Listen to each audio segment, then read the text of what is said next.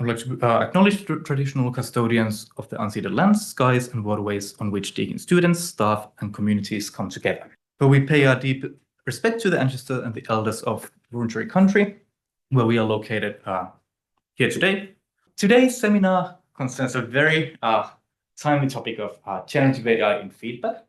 I guess for quite some time now in feedback research and practice, we've been wondering about the issues of scalability. And finally, we have a pretty nice solution on our hands, and we can't wait to hear all about it.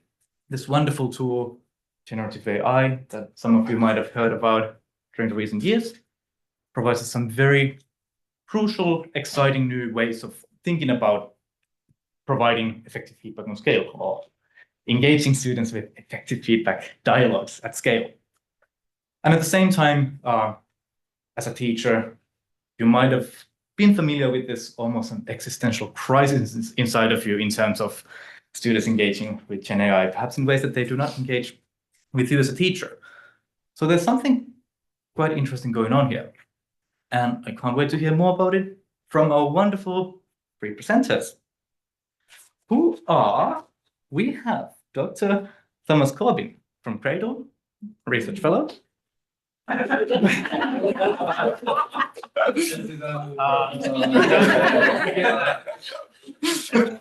also have Dr. Flenady from Monash University. And we have Associate Professor Joanna from CRADLE. Wonderful. Without further ado, please, our three presenters. Thanks, Yuso. So my job today is to open the seminar and give the overview of what's going to happen. So if you didn't already realise, this talk is based on a paper which has been recently published.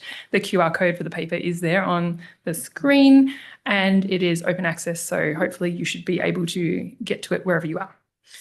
So I suggested that we have three main messages for this talk, and my co-authors hopefully still agree with me from our meeting last week that this is the case. Firstly, there is a lot of contention around both what feedback is and what we should do with it, and what Gen AI is and what we should do with it and how we should use it within higher education.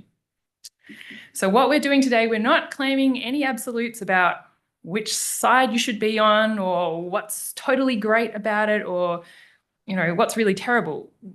We want to have a conversation, and we want to have a nuanced conversation. And finally, which I think is the thing that the philosophers bring to this talk, is that adopting a recognitive framework drawn from philosophy may help us to understand some of the problems and how they might be addressed at that nexus of feedback and generative AI. So if you need to log off now, take a call, whatever, you've got the key messages and the paper. So a little bit more about the problem. What is the problem? This is something that we talk about a lot at CRADLE. And with respect to this paper, there are so many problems. The writing on this slide is a little small. There are problems to do with feedback. We know students are always dissatisfied with feedback. Teachers find feedback really hard to do well. There's a strong association with assessments, which some people have argued maybe we should stop just thinking about feedback in relation to assessments. There's also practical things around things like timeliness, accuracy, relevance. You know, does it come when the student actually needs it? If we think about Gen AI, there are also huge potential benefits and downsides, like the training databases, the information that gets fed into these types of tools, that they generate statistically probable outputs, which may or may not be the right thing at the right moment. It's just the most probable version. So it might not be particularly useful for a particular student at a particular time. But of course, there's also this great benefit that it's pretty much accessible all the time, anywhere, wherever you are, whenever you need it. And this might be seen in contrast to what happens in universities, where there are some limits to when we can talk to other people and get advice from others. We can also think about problems with, you know, the roles of students, of peers, of teachers.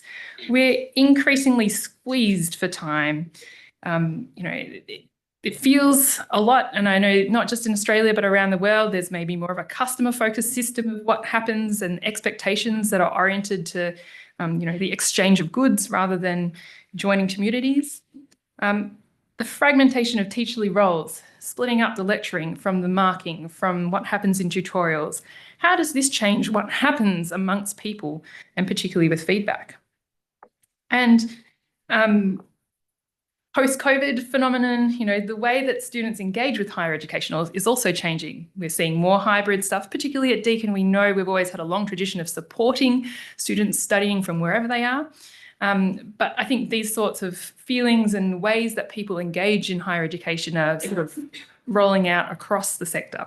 So how does this change what happens with feedback? So let's talk a little bit more about feedback. And I did say that there are lots of disagreements in the field of feedback. And someone a long time ago kind of said, well, actually, what we can do with feedback really depends on how we think about it. And while we might try and argue that there's been an evolution in what has happened with feedback, I found this really old paper, which feedback aficionados amongst us probably have also read. And Coolharvey in 1977 also even acknowledged that there is a bit of a continuum of what feedback is. It's not just yes, no information. The complexity can extend to that situation where it is about almost learning. So that, and I know this, I don't want to create a fight or a war in this room, but I know that there have been previous fights about these types of definitions. And more recently, Lipnovich and Panadero also acknowledged that shift from it is done to the students to change their behaviour towards it should give information to students to process and construct knowledge. So that's about where we are. But there's still a lot of conceptual difference in terms of what feedback is. And Winston et al., including Dawson, did a little bit of a linguistic analysis of how people wrote about feedback. And there are kind of two things that came out. Feedback is information, which is information is the essence of feedback, or it is feedback. And then thinking about feedback as a process. So a process through which learners make sense of information from various sources and use it to enhance their work or learning strategies. So you can see there are kind of different takes on what feedback might be. Said we weren't going to take sides today. What I'd suggest we do is move beyond that false binary of information versus process and think about things, maybe we can see the feedback message as the bit of the iceberg that is clearly visible, but there's relationships with others that kind of support what's going on there. And underneath in the murky water, there's the total social and physical environment. Just another metaphor to throw into the mix. But in the paper, we kind of said, look, there's probably two main things that we want to think about: feedback messages and then the feedback interlocutors. So in terms of feedback messages, we're thinking about content, and Hattie and Timperley famously came up with this, where am I going? How am I going? Where to next? Thinking about the types of information that come out. We can also think about the form and source of feedback. So is it written? Does it come in an audio format? Do you get a video? Is there visual feedback? Are you getting feedback through touch? Like, what does the environment tell you? And then we can think about the people in that environment. So teachers, peers, or, materials, technology that might also generate these messages. Now, on this front, GenAI does a pretty good job, right? It can generate feedback messages. It creates information. And we know from recent large-scale survey research with how many? 8,500 participants, that students do perceive feedback messages from GenAI to be helpful. But in comparison to teacher feedback, they might be a little less trustworthy. So this brings us on to the idea of what we called in the paper feedback interlocutors. Weird word. But I thought it worked in terms of thinking about feedback as a process, in terms of having a dialogue with someone else, right? So the feedback process is no longer just information going one way. It's a process which extends beyond an individual situation. What the student does is therefore important. And what the student does is significantly mediated by things like trust and respect. And we've seen in research for some time now that these ideas of trust, respect, care, things to do that are a little bit more relational come through as something that really makes a difference to whether feedback is effective. And so who the message originates with is crucial to what happens next, to the student's response emotionally, what they actually do with it in a cognitive way. Do they make sense of the message? How do they make sense of the message? And then what they actually do with the feedback information. And so this kind of sort of thinking about not just the messages, but the people involved led us to think about those ideas of respect and recognition as being really important, and perhaps can help us unpick what we are thinking about and how we can conceptualize the role of GenAI in feedback. And so now I'm going to pass over to Jean for the next section, the clicker. Oh, the clicker. Very clicker of important. power. Cheers. Thanks very much, Jo. So my job in the talk today is to talk to what recognition is, how we're using the term recognition. I'm going to begin by talking about what recognition is not, or at least how we're using the term a little bit differently to how you might use it commonly, right? So typically when we say the word recognition in the workplace or in an educational environment, we're talking about acts like praising someone, appreciating someone, paying them special attention as a kind of reward, acknowledging them, their unique point of view, their cultural background, that kind of thing. But that's not exactly what we mean here by recognition. Okay, we're talking about a very specific structure, a conceptual paradigm or pattern. These kind of acts might flow on from recognition, but they're not exactly what we mean by recognition. So we're talking about a structure that's operating at a more fundamental level between individuals. And we're using the term as it's been developed in a very particular philosophical tradition. So I'm a philosopher, I'm an education-focused lecturer at Monash in philosophy, and I'm always looking for ways to sort of bring my expertise in philosophy to bear on my teaching, because I'm responsible for like 500 students a semester across 2 different units, lots of tutors and so on. And so I want to make, and I don't have any time for research, so I want to make the philosophy that I know that I'm invested in connect up with my teaching practice, right? So the particular philosophical tradition that we're drawing on in this paper might be called an anti-Cartesian tradition. So we'll all remember Rene Descartes, at least I hope. He very famously says, cogito ergo sum, think back, maybe this comes up in high school, which was a long time ago for me. I think, therefore I am. The idea is that I determine for myself that I am and what I am alone, just through introspection. So Descartes is interested in determining what he can know for sure. And what he can know for sure is that he exists. And he can also determine what he is, a thinking being, a rational agent, a thinking substance in his terminology. Right. Now, Descartes has been very influential. He's typically referred to as the father or the grandfather of modern philosophy. But we think, at least on this point, he's very deeply mistaken. Okay, we want to say that who we are is fundamentally bound up with others. And if you're interested in feedback processes or relationality in the higher education sector more generally, I'm presuming that you share this sort of intuition, right? That we don't get to decide just by ourselves who we are and what our obligations are. This is in part determined by our relationships with others. In Siffert, my favourite philosopher, Georg Hegel, who's born maybe 100 years after Descartes dies, he's German. He never says this, right? But this might be his slogan if he had a slogan. Right? This is Thomas Corbin's idea, okay? I am recognised by others, therefore I am. And Tom could even, off the top of his head, he could do the Latin for it. Agnoscor ergo sum, rather than cogito ergo sum, right? I only am who I am insofar as others recognise me as who I want to be. So what I am, what I can know, what I should do, all of that is collectively determined. It's determined in dialogue with others. Right. So what Hegel wants to draw out in his philosophy is just how vulnerable we are in our relationships with others, because our very selves are at stake in those relationships. But at the same time, because you don't have a self without your relationships to others, you can't just flee relationality. Right? You're always contesting your identity in relation to others. There's no escape hatch, so to speak. Otherwise, you wouldn't have a self, and that would be terrible or impossible. Okay, that's enough philosophy for this talk, or a potted history of philosophy. For the rest of my bit, I'm going to talk about how we're making sense of recognition in this context, in the higher education context, with regard to feedback. So we want to say that recognition is how we inhabit, sustain, and develop our identities. So by identity, we mean something quite concrete.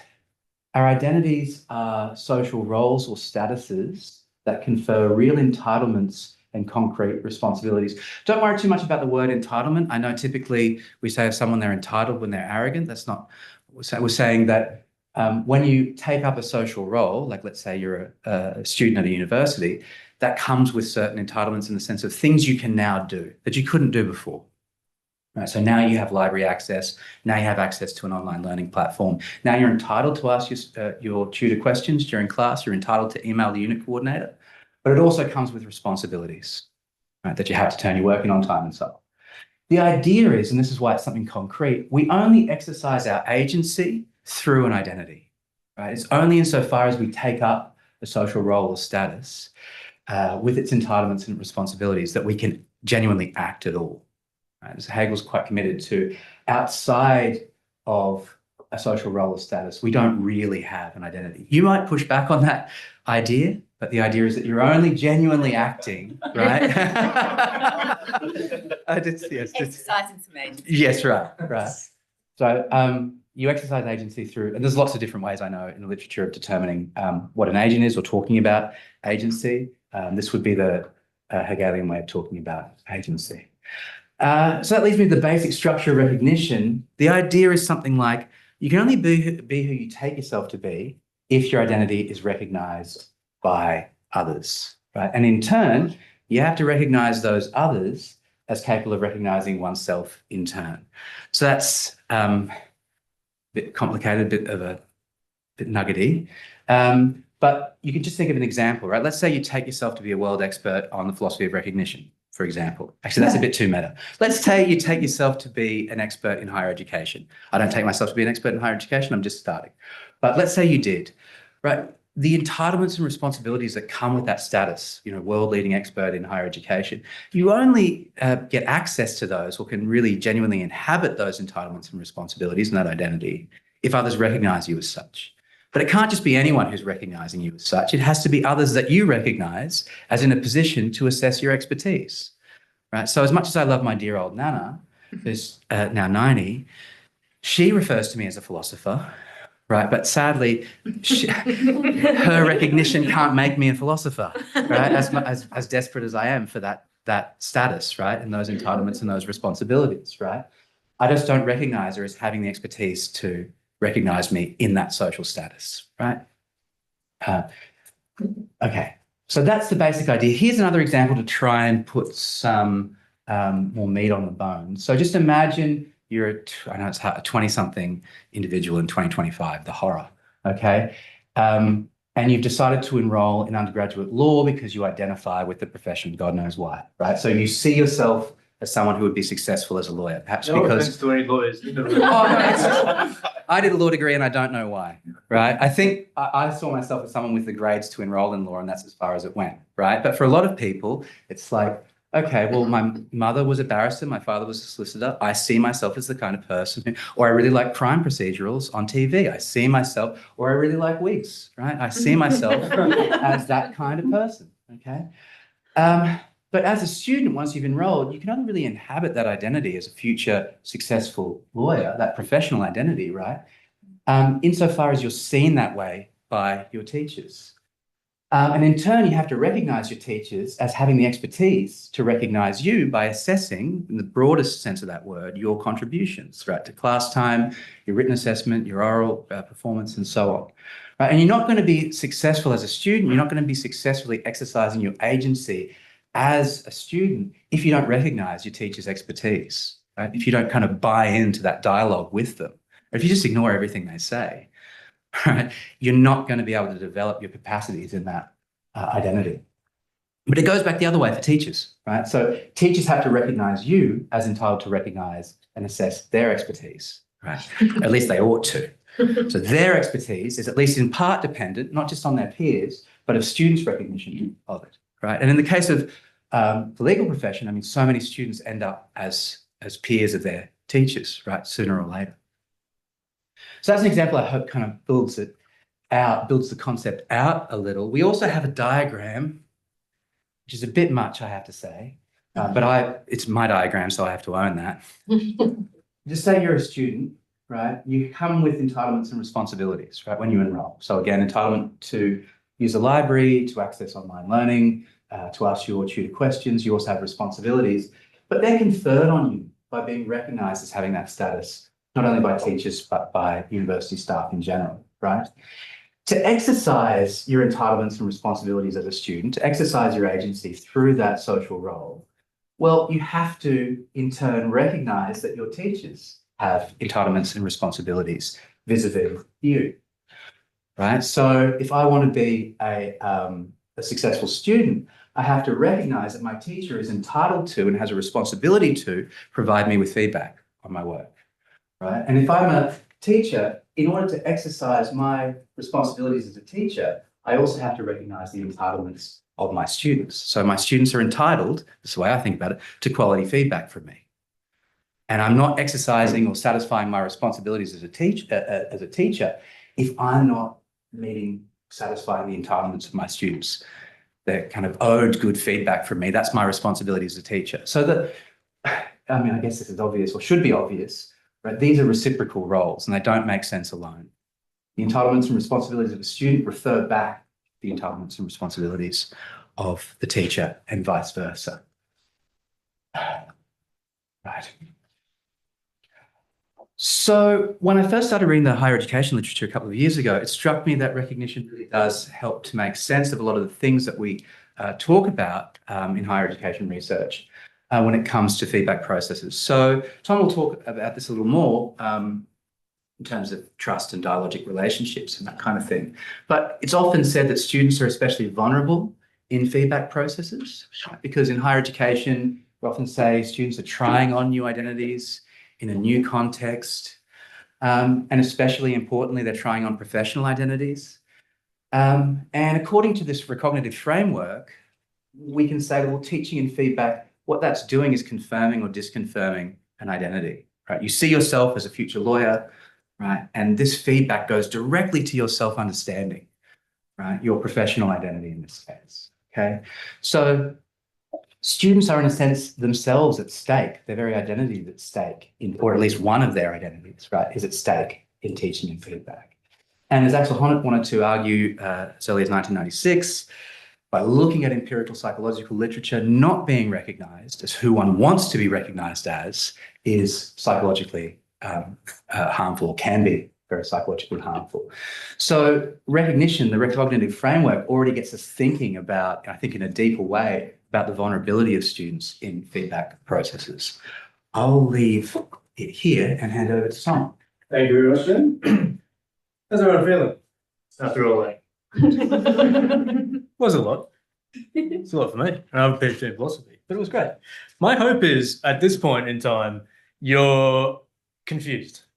Because my job is now to come along and take the fabulous groundwork that Joe gave us, a bit of an overview about what feedback is, this great stuff about the philosophy of recognition that kind of intuitively makes sense. I kind of get the fact that I kind of practiced this talk beforehand and it didn't really matter, but now I'm standing in front of people I respect and care about, and now it matters in a different way. The way you're looking at me matters to me. It's not the same as what I was doing before. And this idea about recognition seems to latch onto something.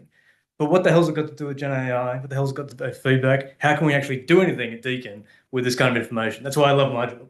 He can confuse you. I can kind of try and make sense of it. And if I don't get the whole way, it's his fault. So it's great. So this is what I'm going to be talking about. GenAI feedback, first of all. So I put in a random paper that I wrote. It's a great paper, Cicada paper 1, apparently. I forgot that this would be visible, but that's okay. And I said, please give me some feedback on this, just as an example. And it says a lot of nice things. It says it's a rich and well-written contribution. It then goes back through the strengths and says how brilliant I am for the following 5 reasons. Apparently, I have good theoretical engagement, good clarity of structure, various other things. And then it goes through how I could refine it. And it gives me 5 suggestions. I haven't spent a lot of time with these, but they seem like they're vaguely sensible. I probably wouldn't do any of these things, but I could do all of these things and it would make a different paper. It probably wouldn't be my paper anymore, but it would be an interesting, quite strong paper. What it's saying here is potentially valuable. It allows me to see the work that I'm doing in a different light, in a way that I could act on and I could strengthen the paper with. So it's doing something that's really useful. In fact, GenAI feedback does a bunch of stuff that's really useful. It's more or less accurate. I mean, we could say it hallucinates all the time, it gets things wrong. I hallucinate all the time, I get things wrong as well. It's going to get better, so accuracy I'm not too concerned about. Certainly fast. I can ask it questions, and if I don't care about it, I can ask a different question. It's accessible, not just for most people who've got access to the internet, but at any time of the day if they want to.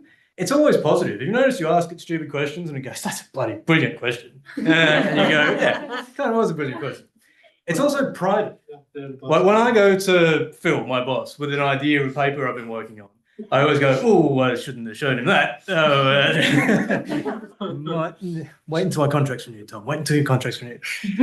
However, AI is private. It doesn't pass judgment on me. I don't care if it thinks it's brilliant or not. I don't care what it thinks about me because it doesn't think about me. It might say stuff, but it's not acknowledging or recognizing who I am in a kind of way that allows me to be vulnerable to other people. It's really useful for all sorts of things. So, and we asked this question recently, what actually is the place of it? Accurately, what's the place of us? If we're going to be talking about teacher feedback, why do we need to be here anymore if it's doing so much stuff? So we returned, as Joe indicated before, to the feedback literature. And what we saw, especially recently in recent years, but David Carlos started talking about this in 2012, and a lot of people have been talking about it for a while, feedback's not just information transfer. Right? It is. It matters that you're giving your students stuff that's true and useful and accurate and valuable and all sorts of stuff. But that information fits into a really complex social web because we're complex social beings. It's really hard for us to take the human out of these experiences and say, all we care about is this objective truth that's sitting over here. So we started talking about this kind of complexity, this relational network that we fit into, and started thinking about what's actually going on here. So we started seeing, Carlos and Naomi Winston talking about partnerships. We started looking about the way people talk about trust, dependency, vulnerability. And we started thinking about the kind of stuff Jean does. And we started thinking about this crossover, because a lot of the stuff that Jean was talking about latches onto these ideas about vulnerability, trust, opening yourself up, the seriousness you have to take the ideas. Once I share an idea, I own it in a kind of way that I can't back out from in certain kind of ways. So we started talking about this, and this is kind of what we got up to. Feedback's not just information transfer. It can be information transfer, but that information fits into these complex relationships. And a lot of the qualities of these relationships are captured by this huge tradition dating back hundreds of years. What was it, 400 years you showed us? Yeah. Something like that, of theory and complexity that we can really capture and capitalize on when we're talking about feedback. Not just feedback in the abstract, but actual feedback decisions about the way that our students at Deakin are using GenAI feedback and integrating that into their feedback practices with the knowledge that we're giving them as well. That's what we really care about. We decided to come up with this division that I think is, or we think, I suppose, is really useful for understanding the way that we should be making feedback decisions on the ground. We made a distinction between recognitive feedback and extra-recognitive feedback. And we had a long meeting that tried to come up with better names. And that's all we could do. We really tried hard. Extra-recognitive isn't great, but what are you going to do? Recognitive feedback is the kind of feedback that you're giving me right now. The kind of feedback where I can see Margaret's face and I'm trying to look at everyone else instead because I don't want to take that seriously in a way that forms my identity. Sorry, extra-recognitive feedback isn't like that. It might seem like that. AI says, what would you like me to focus on? What would you want me to care about? It says all sorts of nice things. It has the appearance of recognizing me. It's personalized. It can certainly be personalized to me as a person. It can remember stuff I've done in the past, but it's not mutually recognizing in the same way that recognitive feedback is when we're sharing it with each other. So this is how we define recognitive feedback. It's feedback that has a capacity to engage in mutual recognition between feedback provider and recipient. Extra-cognitive feedback is basically the negative version of that. It doesn't have that capacity. Let me know if you'd like a more detailed read through. It says nice things, but it's not doing the same kind of work that recognitive feedback is. So we recently published, this last week we wrote this. We wrote this in the Hertzer blog, Hertzer Connect. Why do we still need teachers? And we asked the question, if AI can do all the things we care about, supplying more or less accurate, timely, useful feedback, why do we still need teachers? And using this recognitive distinction, this is our conclusion of it. So we said, our recognitive-based framework provides the answer that it's a uniquely human ability to engage in these relationships. It's not the kind of thing that AI will get better at. It's the kind of thing it just cannot do. And it's the kind of thing that we owe our students. Because what it means to be a student at Deakin or anywhere else is to start becoming and thinking like the person that you're aiming to be. Going to university is vocational. It's also an identity development process that it is done through these kind of feedback relationships where people who you respect and acknowledge as experts begin to recognize you as that thing, as you talked about with that great law example. So we think we've got, so this was, we haven't explored this ourselves, but as we briefly touched on before, the fabulous project, the AI in Higher Education, led by the fearless Kelly from Queensland, and this paper was, I think, just presented by Margaret and Michael last week in the HEDx conference. This was a focus on feedback. If you go to that website, wherever it is, aiinhe.org, you can download the handout and see more information. But from 7,000 students for feedback, about half, or exactly half, used feedback. And this is the kind of thing they said. GenAI offers me instant personalized support, while teachers provide deep context-rich guidance and foster critical thinking. GenAI complements but doesn't replace the interactive learning process. There's something going on here, which means that the GenAI feedback that students are getting is different qualitatively to them than what the humans are getting, what the humans give them. I prefer GenAI because it is a machine. I feel less embarrassed. Well, that's exactly what we're saying about this idea about recognition. I can ask it these stupid questions. I can ask it stupid questions 5 times in a row because I just don't get the answer. I wouldn't do that to a human because I don't want to feel foolish, but I can do it here. And that opens up a huge amount of learning pathways for elective students, for international students, students who face epistemic barriers to learning that mean that they wouldn't be able to engage in the same way otherwise, but this means they can. It is increasingly rare to get any targeted feedback at all from teaching staff, and when it is provided, it's too late. AI gives me that ability to go to ChatGPT at any time of the day and get this kind of thing. It's very reliable. It doesn't give you the kindness that university teachers do, and it also feels like cheating, right? So there is evidence that what we're saying is somewhat being shared by students themselves. So to finish off in the last 5 minutes, apparently, I want to talk about what we can do with recognition as a concept. Because as Jack was talking about before, we've got this great concept. We've got an understanding of what recognition is, but how do we actually use it? So we said before that feedback has a capacity, feedback is recognitive when it has this capacity. What I'm really interested in is when they break down. So about half of you probably recognize, sorry, when I called Gene Jack. Some of you who didn't know what his name was in the first place probably didn't notice. Some of you may have noticed and kept listening. I presume you went, what the fuck did you just call me for that for? Or you weren't listening at all anyway. Wasn't paying attention. But when I misrecognize someone, that information transfer that we care about in the first place, by misnaming someone, misgendering a student, we know the consequences of that intuitively. When that happens, we put ourselves on different playing fields. We break that relational connection, which means the informational transfer goes in the bin. And suddenly GenAI looks pretty good. But when we do have that relational connection, when we can avoid these kind of breakdowns, then not only do we get the great informational transfer that we do care about, but we get all these social benefits as well. So this is what we define as a recognitive breakdown. They're feedback scenarios in which participants fail to appropriately recognize each other, or in which participants can't recognize each other. We think these are probably 2 types. Systemic, so institutional barriers to recognition between people, and interpersonal, where I don't want to be recognized, I am not recognizing someone appropriately, so I might be able to recognize it back.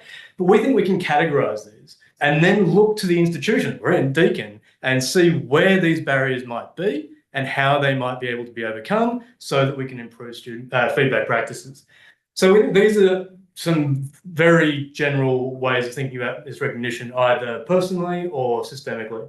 So lazy marking, focusing on referencing rather than anything substantial, grammatical issues, that kind of thing.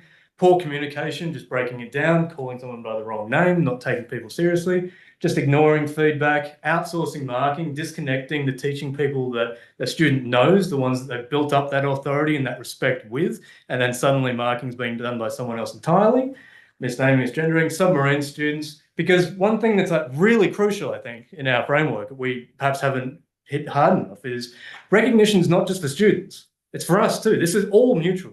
What it means for us to be teachers is that students think that we're teachers. Even if we think we're philosophers because we go to conferences and one thing and another, it's our students that are doing the work of recognising us as teachers, and that's what gives us our identity.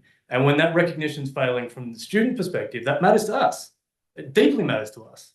So these are some of the issues that we think exist. So lazy marking, breaking down between teacher to student, poor communication can go both ways, and ignoring feedback can go from one way to the other. This is just a visual example of the great diagram Jean made and how that can break down.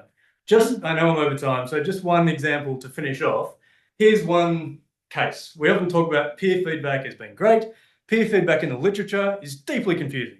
Students sometimes really love it and they get heaps out of it, and other times they absolutely hate it and get nothing out of it and never want to do it again. And you go, what do I do? I don't know. Well, maybe recognitive feedback can give you a way to think about this that might solve this. So this might be a breakdown. Peers are positioned as if they were authority figures over one another. Peers here are positioned as if they were professors. Right? You take one, you mark it as if they were experts in the field. Except the students know that their peers they don't have the entitlement to be that. Their peers are peers. So recognitive repair is pretty obvious in these kind of cases. We can just treat peers as peers. You're writing for a general audience, experts in the field, people like that. Suddenly the relationship makes sense again, and that breakdown doesn't occur. We'd have to do more work to figure out if that's true or not, but it seems pretty plausible. So that's what we think one of the outcomes of this is, but we think there's actually quite a lot. So although we started off with some weird philosophy from 1600, we think hopefully we can implement this in the classroom. See what they think. So thanks very much. If you want to know more, go read the paper. I have many questions I'm going to ask in rapid succession, and I just want a quick yes or no. Yep. Ideally in unison as a consensus. They all start with, and they're yes or no. Is it recognitive if it's anonymous? Yes. Teacher provides it, but student doesn't access. Wait, no. I take it back. No. No. Anonymous is no? Anonymous is no, yeah. Okay. No. Yes or no? No, but just to back up the yes, I mean, Tom shared a paper with me last week about Thomas rather. I just learned, this talk about recognitive breakdown after 5 years of knowing the guy, it's not science. Really annoys when people comment on, but that's fine. So he's arguing against anonymous marking for just these kind of recognitive reasons, right? That building up a relationship between teacher and students, what makes the feedback messages meaningful to the students. So I'd argue no anonymous marking. It's not recognitive. That's a no for anonymous. Yes. Teacher provides it, student doesn't access it. That's the recognitive breakdown. Recognitive breakdown, yep. Because they ought to. Student gets feedback from AI but thinks it's teacher. Breakdown. Student gets feedback from teacher but thinks it's AI. Breakdown. Also breakdown. Student gets feedback from AI that has been vetted and approved by the teacher, but there's no further input. Breakdown. I mean, it's going to be a spectrum. At some point, it's going to cross over, I suppose. But And finally, teacher uses AI to improve writing of feedback so it's more personable. recognitive. Thank you. And so there's the distinction between recognitive and extra-recognitive, as in extra-recognitive is where the thing doing the feedback does not offer you that mutual human recognition. And then there's breakdown, which is where things aren't going as we ideally would hope they would. And so I think we're still trying to work through those distinctions between stuff that's extra-recognitive, which is kind of like the machine, computers, GenAI aspect, and breakdown is in all the other things that are wrong with the world. So this is in a published paper, and that's not in the talk today, we probably should, but I mean, typically people are just comparing, okay, well, this is what a human feedback provider can do, and this is what an AI feedback provider can do, and let's just weigh them up as if they're kinds, comparable kinds. We want to say, no, they're very different in what they can do, right? So what will be good feedback between people, right, will be assessed by its own standards, according to recognitive standards, whereas what an AI is providing will be assessed by AI-specific standards, extra-recognitive standards. That's the intuition. That's the So underneath that is a concern that taking propositions as literal expressions, like a word on a paper saying you are not a good researcher, that as a proposition doesn't mean anything without the context. But if you're exploring human versus AI feedback in a journal article, it's really easy to fall into that track as just treating it as a proposition. But it matters. It matters if Margaret says that to me versus if, I don't know, that person over there and getting changed. That's, that matters. How many people would? So, I think Margaret has had a hand up for question time. Oh, okay. I was going to go to Maria, but I'll take it given it's come to me. I wanted to ask a little bit about identity, which is the other side of it. So you've talked about recognitive breakdown, and something I was just wondering if you had thoughts about was it strikes me that often students' view of their identity is not necessarily the identity we hold to them. Their entitlements and responsibilities, what we think they are. So there's a sort of already a breakdown and mutuality there, if you like. I don't know whether I'm using the terminology right or wrong. How do you see that playing out? So we talked about this yesterday about the importance of, because it's very easy to fall into that trap, that kind of, I mean, almost your example was the echo chamber. Remember?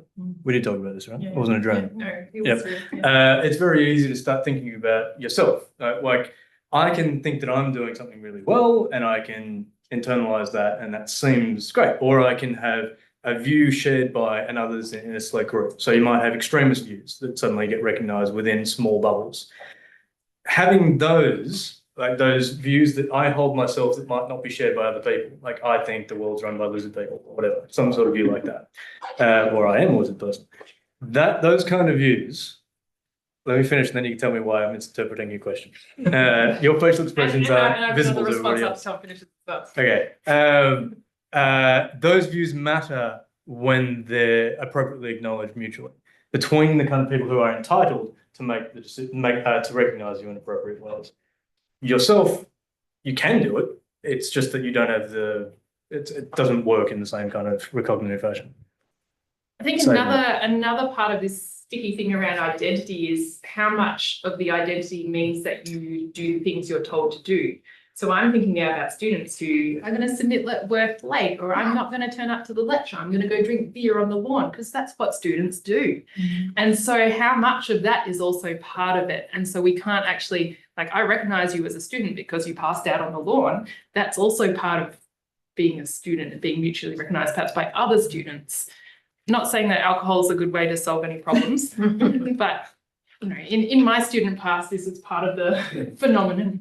So I think when it comes to identity, it's more complex than just doing everything, all the responsibilities and all the entitlements in a straightforward way. It might be a little bit more sticky. Yeah, and I mean, this is where all the practical problems about how to open and sustain a recognitive relationship between teaching staff and students. Just practically here. So at Monash, started every semester we had sort of meet and greets with first year students and lecturers around tables, and that's the intent, and we have the studies to see how successful these activities at trying to express clearly what our expectations of student activity is, what it means to be a student, what your entitlements and responsibilities are, to use that academic language, are as a student, but of course how successful those kind of events are actually establishing and maintaining those relationships and communicating social statuses is an empirical and practical question. But it's massively important. I hadn't thought of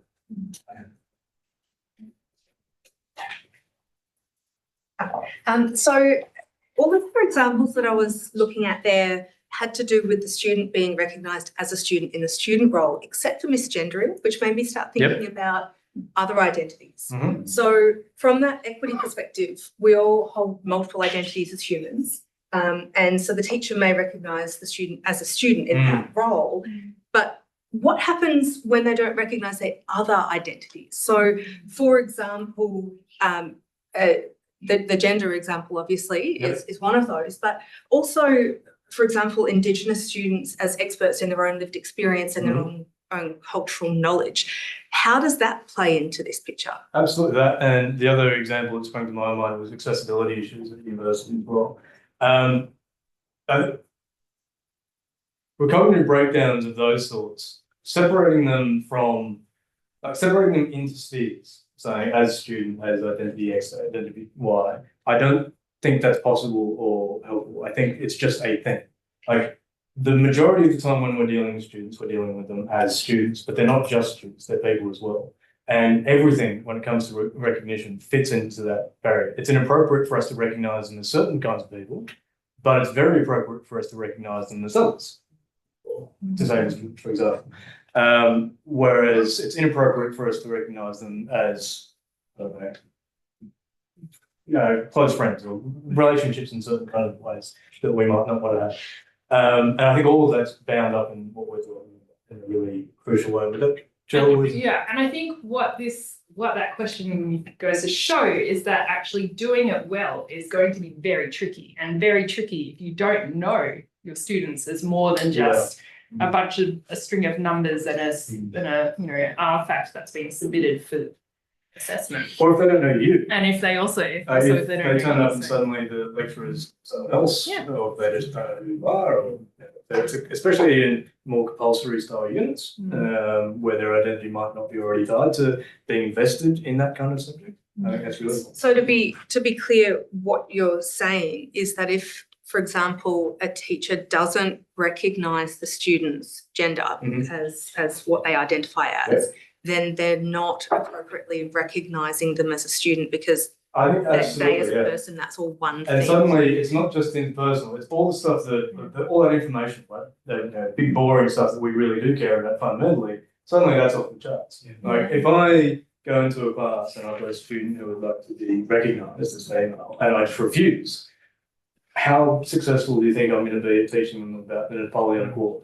I mean, it ain't going to happen. Yeah. So that's one reason why we think that this recognition is so fundamental, because even if we say, all this stuff just feels a bit wishy-washy, what I really care about is information, facts and stuff.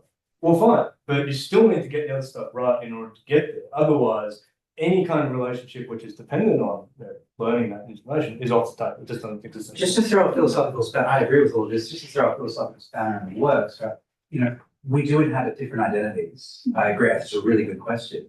Part of, to me, living a flourishing life is being able to see that all your identities kind of line up, that you're not kind of living in contradiction, right? So what I like to do when I'm teaching is to get students, gender identity or their cultural identity to show up in their education, right? So that their identity as a student, the entitlements and responsibilities that come with that, along with their gender or cultural identity or both, kind of talk to one another so they can experience themselves as a whole person, right? Because this idea that you just this and then you just that, I mean, that's alienating. Another one of Hayes' famous words, right? You're always switching role. So that's how, and it's in that way that students feel they're being recognised both within the disciplinary standards, but also as that's my kind of intuitive solution to the problem. That's a really good question. Thank you. Yeah, I'll take a few questions from the online participants. There were a couple of hands here. Do not forget about your personal projects from there. Great, thanks, Yusuf. So there's a couple of really more extended questions online, and these are the popular ones. So I'm going to start off with this one from Julian Harris, who says, does this relational/dialogic approach to feedback, which is FAD, presume that students know that they're being provided with feedback in the first place?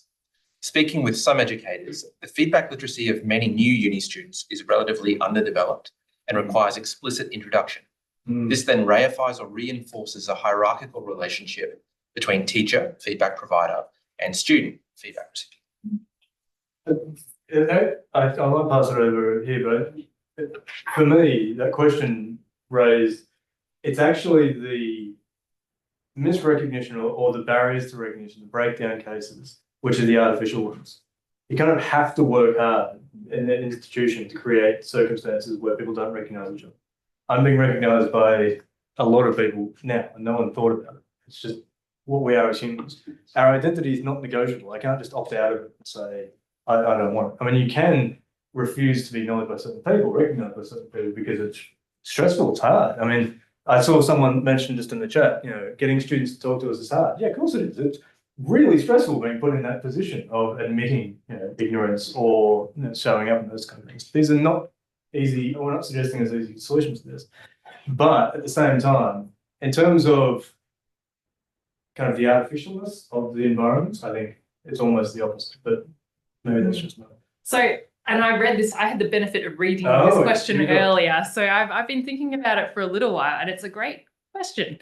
And I think there's a couple of ways to approach it. One is that feedback is only one avenue through which recognition happens, right? Feedback is one instance where you can have hopefully a more direct relationship or interaction which supports the broader sort of act of recognition. So that's one thing. The other part of it, I think, is how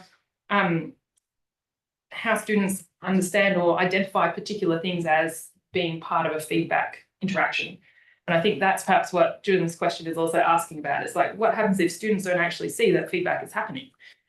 And that's a really challenging question.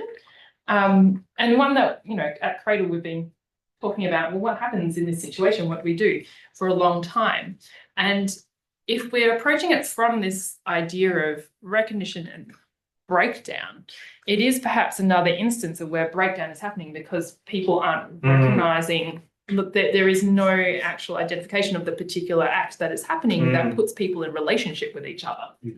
So I don't know, I still don't know what to do about, you know, the old line was like, just tell them it's feedback, but it's probably not as simple as that, right? But it's a great problem to keep on engaging with.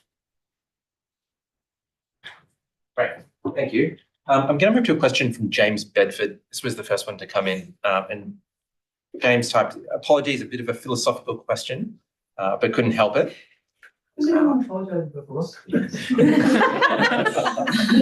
James writes, in science fiction, the theme of what it means to be human pops up a lot, as does the idea that we see ourselves best through the eyes of the other.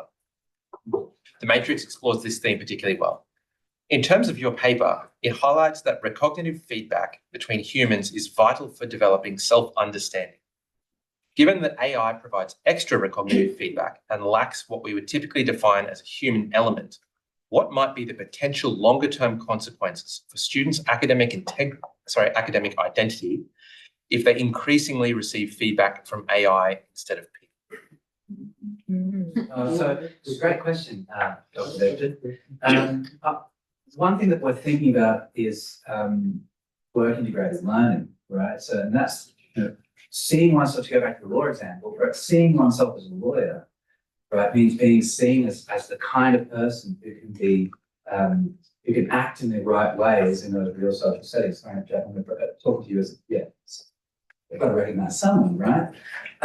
So that's not something that being seen as someone who's capable of filling a genuine social role is not something that AI can ultimately provide, right? You have to be acknowledged by the members of your profession as a member, right? That you've made the grade.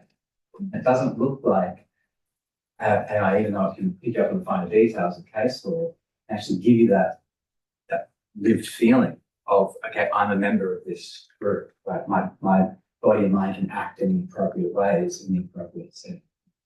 That's at least how I go about answering. More feelings of imposter syndrome.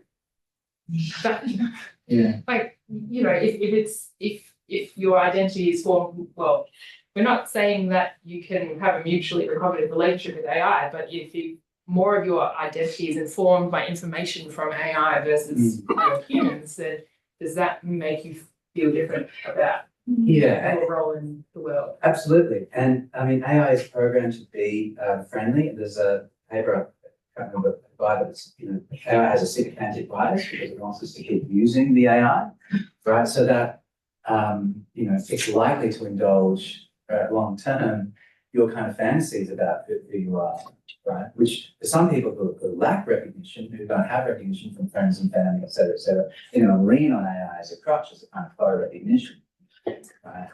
But in my view, it can't replace genuine recognition, because if you think about the side of the AI, it's not responsible ultimately for anything it does or says, right?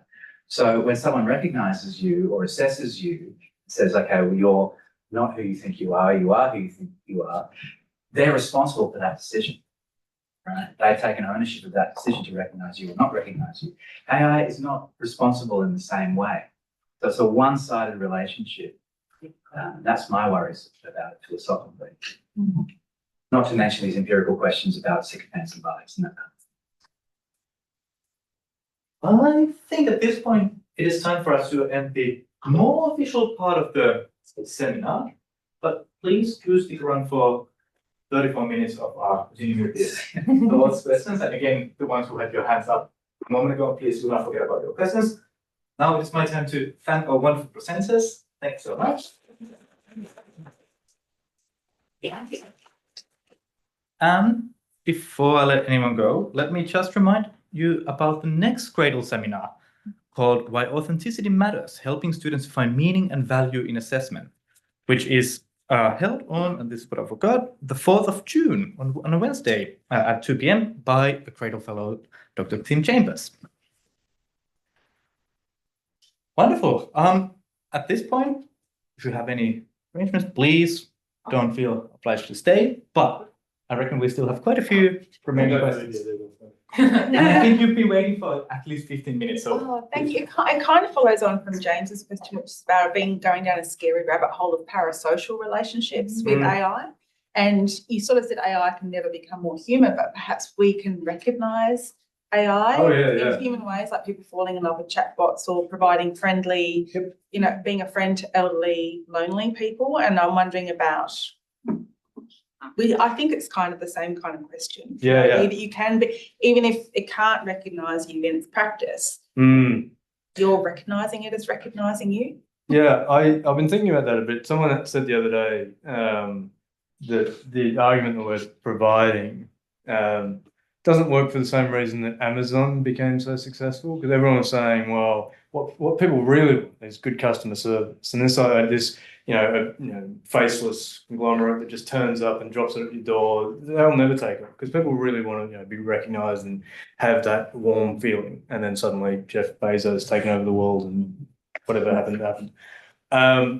However, customer service is optional, right?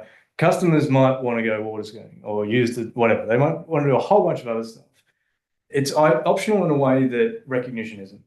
If we're right, broadly speaking, about your identity being formed by recognition, it's not like you can't have an identity. I mean, you can negotiate where and who recognizes you for various other things, but you're still going to be playing the game. You can't get out of it entirely. That means that, yes, there's all sorts of reasons that people are going to go to AI, because if you need to be recognized as something, if I refuse to recognize the gender of my students or whatever, then they're going to go somewhere else. I mean, the idea of just giving up on that game just doesn't make sense. There are cases, no doubt, that people will go to AI for that. However, being recognized by AI is, I think, fundamentally different and necessarily different. It's not the kind of thing AI is going to get better at, because it's not ever going to be entitled to recognize me in the same kind of way that I will give the entitlement to Yuso or anybody, another human being. What it means to be recognized as something by a human is different to being recognized by Peter. It matters to who I am. So if there's no other option, yeah, absolutely. The parasocial relationships absolutely already exist, and they're going to continue existing. I think there's fear in the academy, or fear for our students, is those kind of things might be where we're pushing them if we're not taking recognition seriously as part of our obligation. That's my kind of knee-jerk response. Yeah, just so Tom and I wrote a paper a couple of years ago about quiet quitters, not being recognised in the workplace, understanding that they weren't going to be recognised in the workplace, and so taking their kind of identities online, right? And that kind of presages this worry about. Sorry, it's good paper. I thought so. Thank you, Cole. That presages this kind of, I'm not getting a satisfying human relationship, right? Or in lots of different ways, and so I turn to AI or these parasocial platforms. There's a new one, UGPT or something, where you just talk to a million other chatbots as if they were humans, but it's just you, right, in a kind of echo chamber.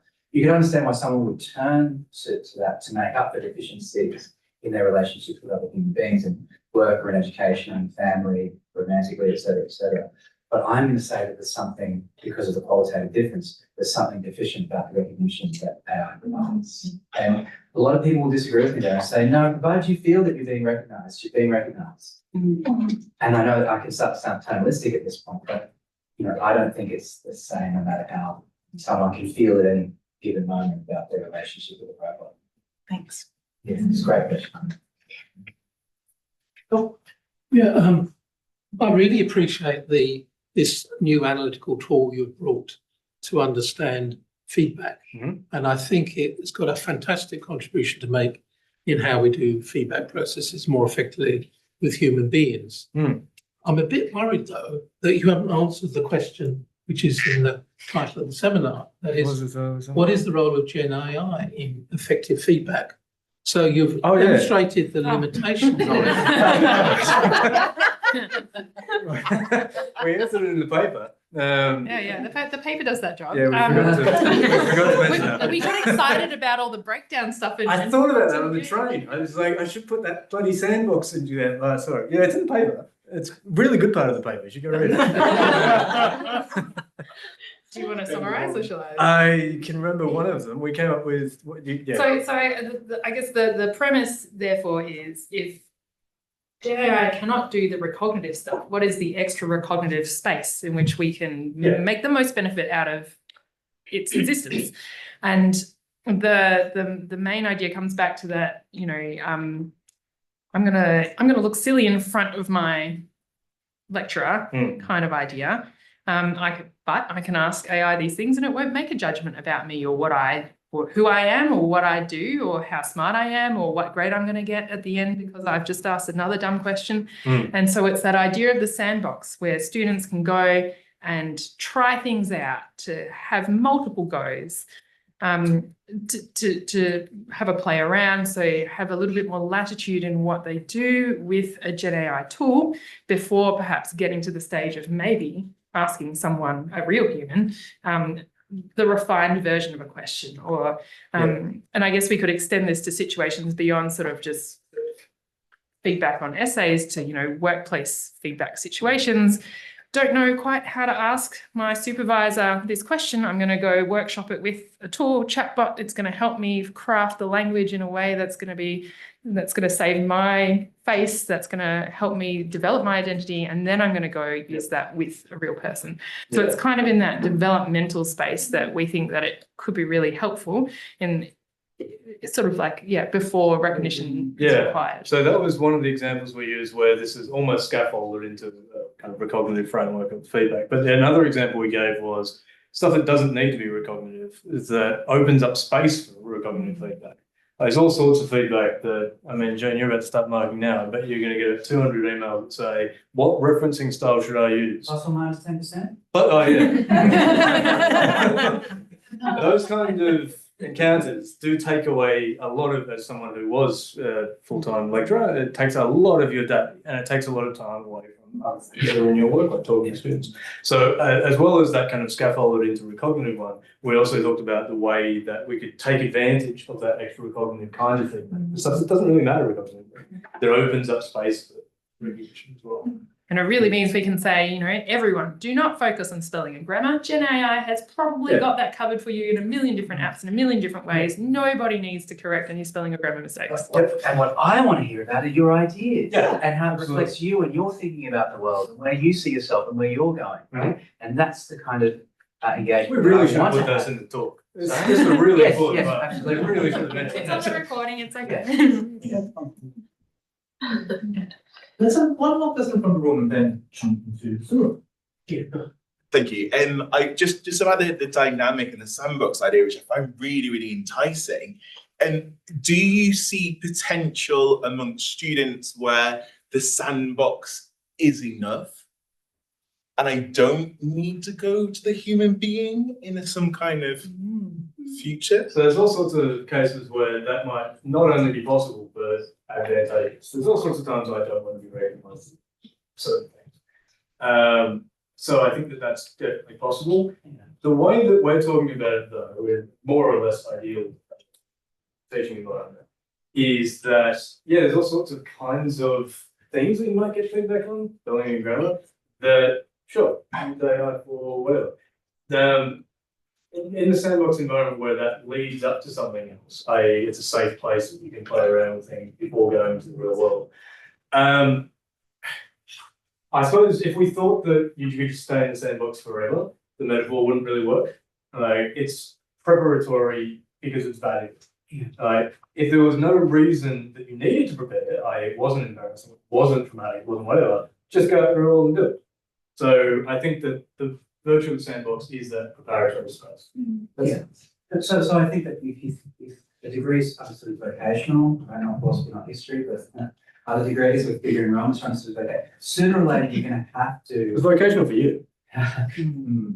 Well, you're trying to go there for a long time. Anyway, sooner or later, you're going to have to engage in recognitive relationships in the workplace, say things and stand behind them and be assessed, right? Implicitly or explicitly. Yeah, your contributions to teamwork, et cetera, et cetera. So sooner or later, you're going to have to leave the sandbox because that's what it means to be, a human agent that acts, right? So, unless of course maybe there's some niche examples where you're a computer programmer and you can live in the sandbox, but even there, you want to stay in the workplace. You have to develop these meaningful relationships, supervisors and peers, where you're held accountable to your contributions. So sooner or later. That accountability point, I think, is really important. I mean, when I first started uni, it was just expected that you would just, if you had a question, ask it, be brave. That was the only advice I was given. We no longer even talk to students in that way. We're very careful, understandably, and for good reason. We understand them to be vulnerable. And so it looks like AI might be, as a sandbox, might be a way of building confidence so that they can engage in those relationships rather than, so the way I started law in 1999, 2000. Any questions? You there. That's obviously really dangerous, right? And flashbacks. Yeah, exactly. And AI can provide that, a training version. Let's jump into one of those participants. Right, yes, a couple more from online. I think you've already well and truly got into this space. But I'll ask this question from Lauren just in case you've got something else you want to add to it.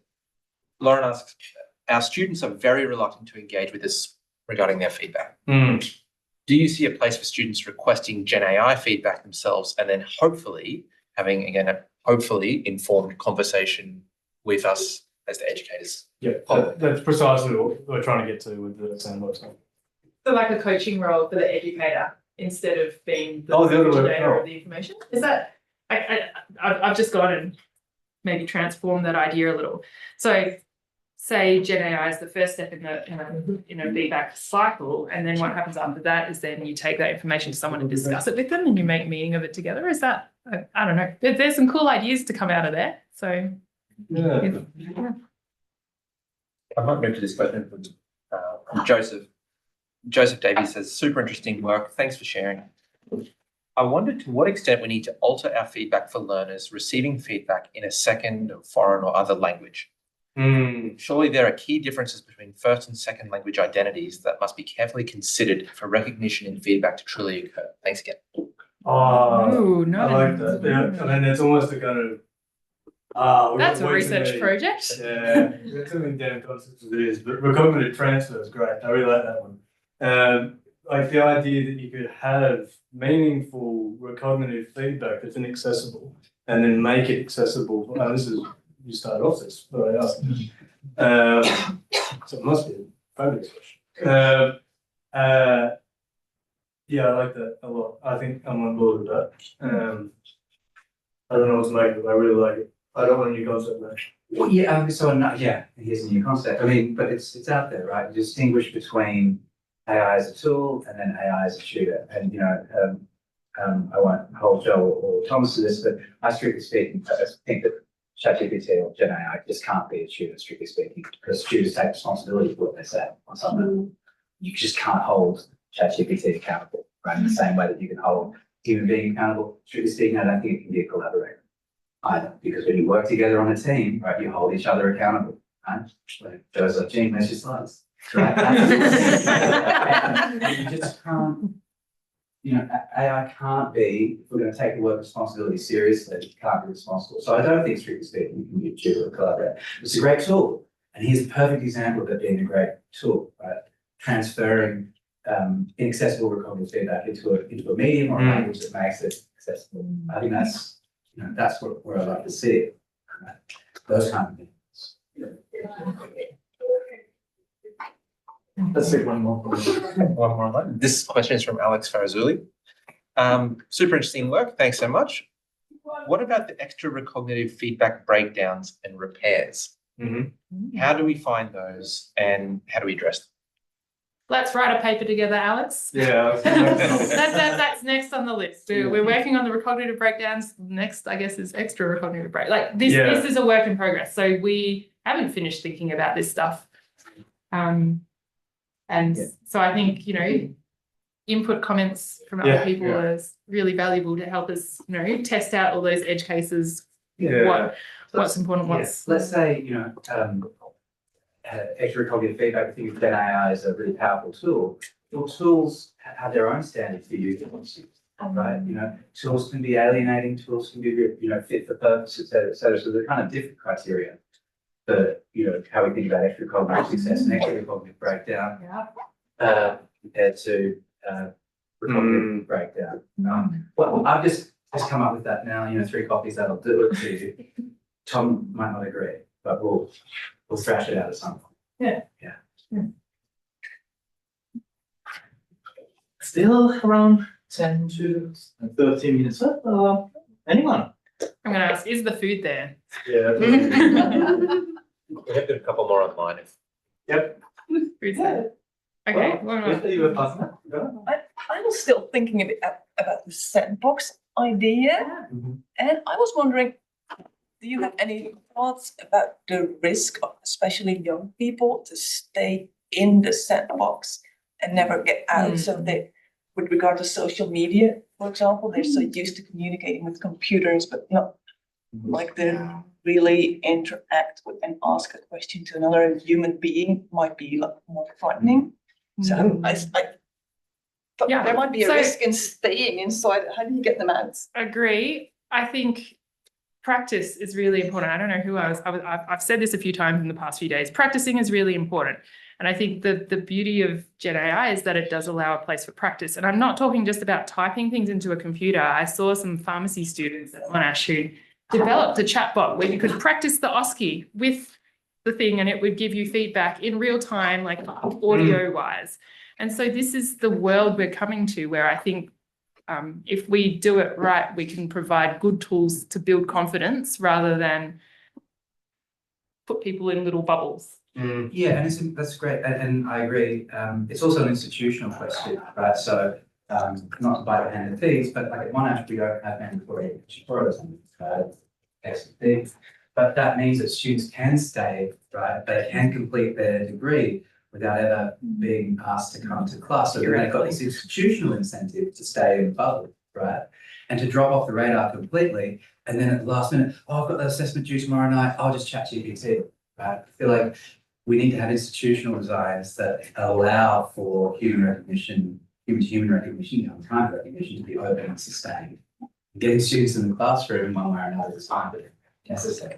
That would be virtual or otherwise. Virtual or otherwise, yeah. A classroom. Some way of making students turn their camera on the Zoom tutorial. Yeah. Let's wind up there. That's a good point to end with. Okay. Hi. That was a really interesting talk. I know because AI is really new and interesting right now, the emphasis currently is on bigger is better. But as part of your interest in the recognitive framework, to what degree in future do you think educators might have to be aware of what data sets the models are trained on and then judiciously select models that align better with their students' goals? And say, sometimes the bigger models have a lot more bias that you don't need. And to be able to say, actually, for these students, for my students, this smaller, less known model is more appropriate. I don't know that the recognitive model sheds a lot of light on that. My personal suspicion is that unless the model trained on the data set is more useful, students won't use it. I mean, it's not like we have an ability to say to students what AI they need to use. We can give them access to new ones that we design on certain data sets, but they've still got access to GPT and above. So unless the ones that we give them are doing something more valuable or useful or something, then selling it on the fact that it might have harmful data or something in it might be a hard sell. But I'm not sure that the recognitive. No, I would say that that's right out of the specific thing that we're thinking about in terms of feedback. I think there's another soapbox that I could hop on about the ethical and moral implications of using GenAI generally, or in particular for education, but I don't know if now is the point for that. Margaret was looking at me and I wondered if Margaret wanted to make some comments about that. No. I'm always happy to make comments, but I feel like I'd be taking away from both cake and thunder. So I don't. So feel free to come talk to me. Anyone who's interested in my views. Yeah, I'm going to say on the broader topic of AI use in education, I think there are many experts in this room, so I don't think any one response from anyone would cover everything that needs to be covered. Great. Okay. Good. Your presenters are dying for some recognitive interaction with the cake. Okay. All right. I think it's time to wrap up the session. That can very well continue. Okay. Thank you so much.